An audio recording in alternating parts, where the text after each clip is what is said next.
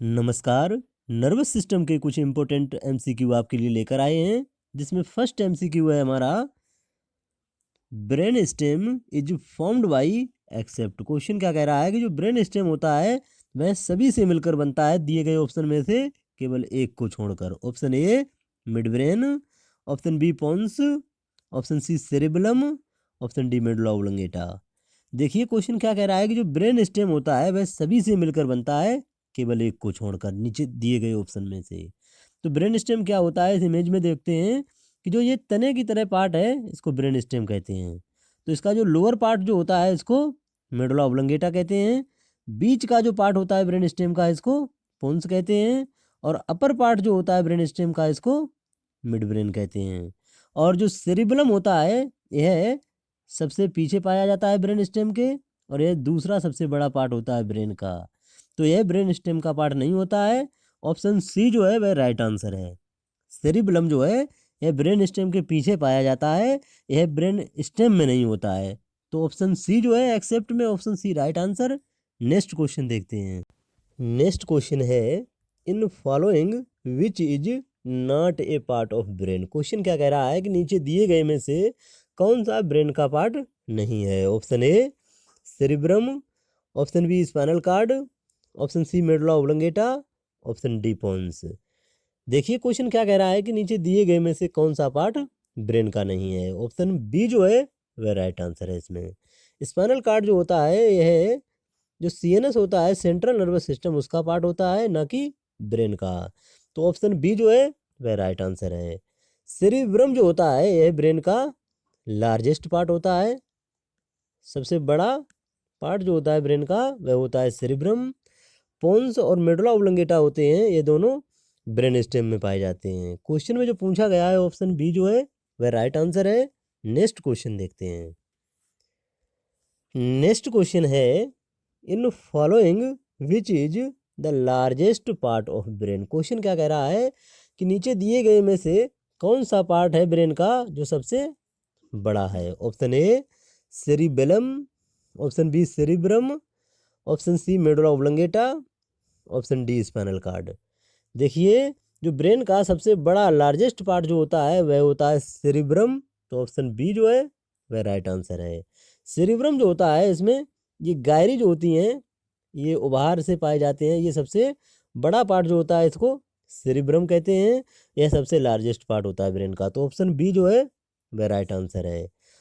Cerebellum जो होता है यह ब्रेन स्टेम के पीछे पाया जाता है, यह सेकेंड लार्जेस्ट पार्ट होता है ब्रेन का। दूसरा सबसे बड़ा ब्रेन का पार्ट जो होता है वह होता है सेरिबेलम। और मेडुला ओब्लंगेटा जो होता है यह ब्रेन स्टेम का नीचे का पार्ट होता है। स्पाइनल कार्ड जो होता है यह जो सीएनएस होता है, सेंट्रल नर्वस सिस्टम, उसका पार्ट होता है, ना कि ब्रेन का। तो लार्जेस्ट पार्ट ब्रेन का कौन सा होगा, सेरिब्रम। तो ऑप्शन बी जो है वह राइट आंसर है। नेक्स्ट क्वेश्चन देखते हैं। नेक्स्ट क्वेश्चन है, the structure by which two hemisphere of cerebrum are connected is known as. Question क्या कह रहा है कि सेरिब्रम के जो दो हेमिस्फीयर को आपस में जोड़ता है, कनेक्ट करता है, वह क्या कहलाता है। Option A septum lucidum, option B corpus callosum, option C convolution, option D falx cerebri. देखिए जो ब्रेन के दो हेमिस्फीयर होते हैं, ब्रेन का सबसे लार्जेस्ट पार्ट जो होता है वह होता है सेरिब्रम, और इसके दो हेमिस्फीयर होते हैं, एक राइट हेमिस्फीयर और एक लेफ्ट हेमिस्फीयर।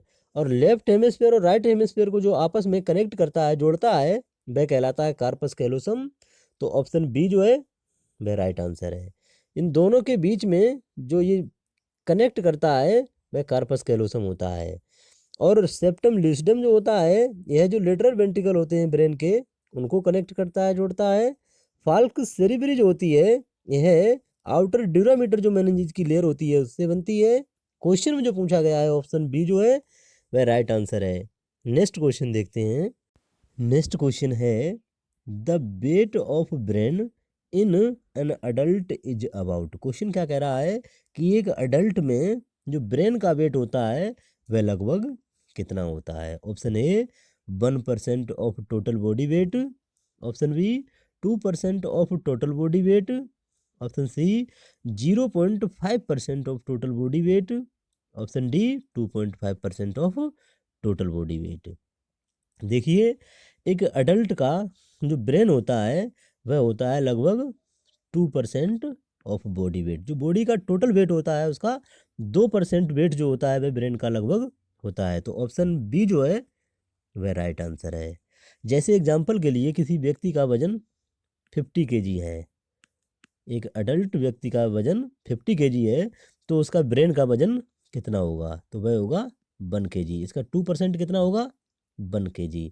ब्रेन का वजन 1 kg होगा। तो ऑप्शन बी जो है वह राइट आंसर है।